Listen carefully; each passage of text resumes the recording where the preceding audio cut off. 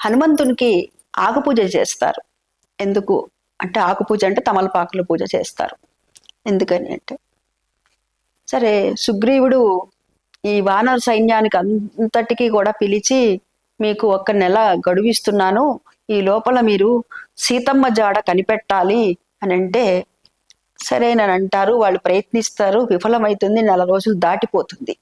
ఆ తర్వాత ఒకనాడు వారికి సీతమ్మ ఎక్కడ ఉన్నది అంటే లంకానగరంలో ఉన్నది అని, రావణుడి దగ్గర ఉన్నది అన్న విషయాన్ని తెలుసుకుంటారు హనుమ. తెలుసుకొని అక్కడికి వెళ్ళటం, లంకలోకి వెళ్ళటం జరుగుతుంది. జరిగినప్పుడు అక్కడ హనుమంతుల వారిని చూసినటువంటి సీతామ్మవారు ఇది కూడా ఏదో రాక్షస మాయే అనుకొని చాలా భయపడుతుందట.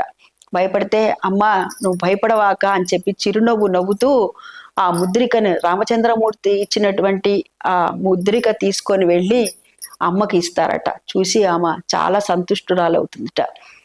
ఆహా, నా జాడని కనుక్కోటానికి నువ్వు ఇంత కష్టపడి వచ్చావా, నాకు నువ్వు పుత్రుడితో సమానము, నాకు నీ మీద పుత్రవాత్సల్యం కలుగుతుంది అని చెప్పి తెగ ఆనందపడిపోయిందట ఆ తల్లి.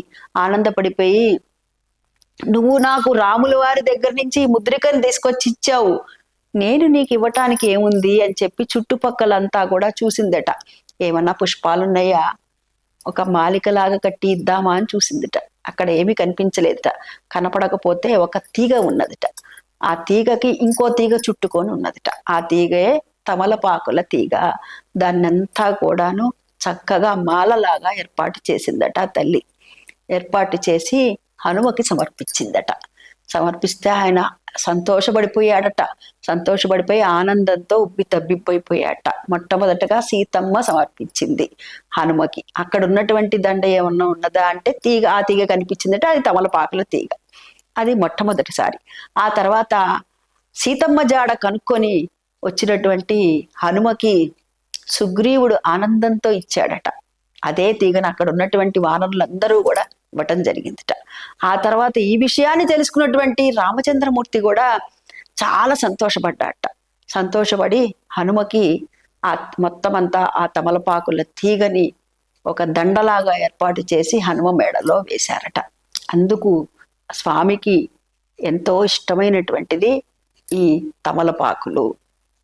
నాటి నుంచి నేటి వరకు కూడాను ఇప్పుడు స్వామికి కావలసినటువంటి సీతమ్మని తీసుకురావటానికి వెళ్ళినటువంటి హనుమకి అటువంటి సత్కారం జరిగింది కదా, ఆనందంలో ఉన్నాడు కదా, సీతమ్మని చూశాడు కదా. అదే విధంగా మనం కూడా మనకున్నటువంటి కోరికలన్నీ కూడా తీర్చుకోవటానికి స్వామికి సమర్పించుకుంటూ ఉంటాము. ఎవరైతే స్వామివారిని పూజిస్తారో ఆ స్వామివారిని పూజించినటువంటి వారికి శారీరకమైనటువంటి బాధలు కానీ మానసికమైనటువంటి బాధలు కానీ ఏమున్నా కానీ పోతాయి.